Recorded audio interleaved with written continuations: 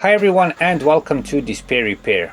If you have a rough idle problem on your car's engine, finding the reason can be a long and somewhat nerve-wracking task.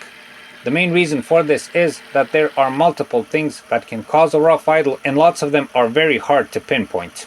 Well, this video will offer you a simple method that should help find the cause of the rough idle and perhaps even solve it. So stay tuned.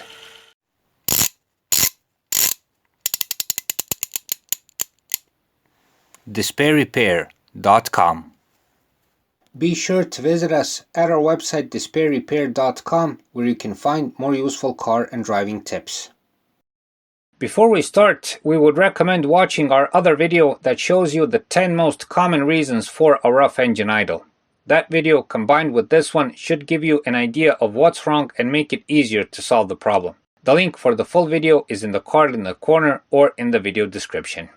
Now, when a rough idle problem appears, two things happen in most cases. The check engine light appears and you notice the engine shaking and jittering, or the check engine light doesn't appear at all and all you just hear and see is the uneven idling and the engine shaking. This is the key point from where the diagnosis starts. If you have a rough idle problem with the check engine light, then the first thing you should do is to connect an OBD tool and get a DTC code, also known as an error code. Once you get the DTC code, look up what it means either in the library of the OBD tool or on a DTC code list. This should give you a good diagnosis of the problem. But be aware that this is not always accurate, since some problems can trigger codes that can be misleading. For instance, a bad ignition coil can trigger an O2 sensor code, since the exhaust fumes are different with a bad ignition and the combustion is not normal. So this way you can easily be led into a wild goose chase and change expensive parts that really didn't have to be changed. Please always have this in mind and be sure to use common sense and observation combined with the OBD tool. But what if you have a rough idle and there is no check engine light on the dashboard? Then it's back to basics and good old searching under the hood. You're going to have to rely on carefully watching, listening, and observing what's going on. Also, in this case, a huge help is finding some information on the internet. Try to find information specifically for your car, since every car usually has a characteristic weak point regarding this problem. Know that even in this case, when you have no check engine light, you can connect the OBD tool and use it to take a look at some of the engine parameters, which can also give you a clue to what the problem is. What is also very important, make a difference between a bad engine mount and a rough idle, which is a common mistake people make. Know that if you have a bad engine mount, the engine will work normally, but the problem is that the engine mounts do not hold the engine in place, and that is why it shakes and jumps around the engine bay. So make a distinct difference in that case and know that it is not a problem of a rough idle, but of a bad engine mount. Now here's our recommendation how to diagnose a rough idle. It is the old school way, and that is to watch the intensity of the engine shaking and jittering. This is of course not 100% accurate, but it should give you a good clue of what's going on. If you see that the engine is violently shaking, it usually means a bigger problem with the combustion or that one of the engine cylinders is not firing up. This happens in cases of a bad spark plug, ignition coil, connections to the ignition coil, or spark plug cables if you have any on your car.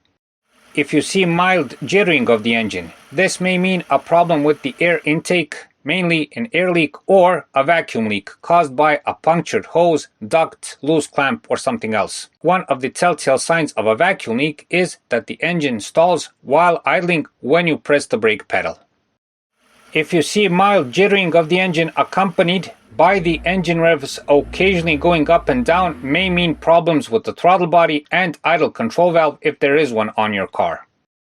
A stronger jittering while the engine wants to cut off at the same time may be a sign of problems with the fuel intake system, like with the fuel pump, fuel filter, or fuel injectors.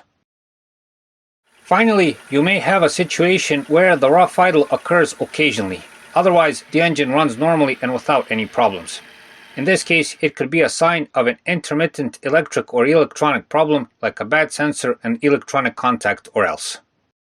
So practically, all you have to do, if there's no check engine light, is to listen and watch the engine. Many times, the proper diagnosis and perhaps the solution of the problem lies in how the engine shakes or jitters in the engine bay.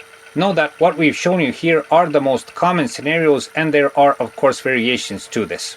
Also, obviously this method is not definitive. It highly depends on your power of observing, previous car knowledge, and the model of car you drive. But it should give you a good guideline for further investigation of the problem and to avoid, at least to some extent, a wild goose chase. And a wild goose chase is in fact the biggest issue when diagnosing a rough idle problem. The rough idle problem is notorious for being misleading, and oftentimes you can end up cleaning, dismantling, or God forbid damaging parts that shouldn't have been touched in the first place. For instance, you wouldn't want to be searching for an air or vacuum leak while all that time you had a bad spark plug problem. And for the end of this video, know that you'll need a lot of patience to solve this problem. Seldom is a rough idle problem solved right away, especially if you have a problem with an air or vacuum leak, for instance. Also, knowing your car, the systems on it, and the potential weak spots will be worth gold in searching for the problem. This is one more case where car knowledge comes in very useful. So dear viewers, that's it for this time. We hope the video helps find the problem. Please like and subscribe. It's a huge help for what we're doing. Thanks for watching and thanks for your time.